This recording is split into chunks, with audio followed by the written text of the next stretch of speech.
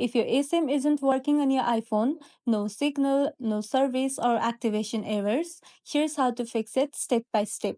First, restart your iPhone. Hold the side button and volume button, then slide to power off and wait for a few seconds, then turn it back on.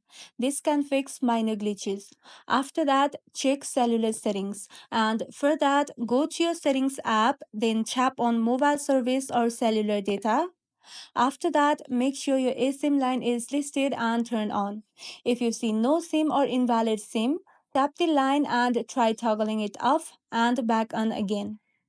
Next, confirm carrier activation. Some carriers take time to activate eSIM. Open the carrier app or website and make sure your plan is active. If needed, request a fresh QR code or activation code from your carrier. If activation fails, still on the mobile service settings, tap on eSIM line and choose Remove Cellular Plan. Then add it again using your QR code or carrier app. After that, update your carrier settings. Now, go back to the main settings menu and tap on General. After that, go into About and wait for a few seconds. If an update prompt appears for carrier settings, tap on Update. And sometimes outdated software can interfere with eSIM, so make sure your iPhone is up to date. If all else fails, contact your mobile carrier. They can reset your eSIM or provide a replacement.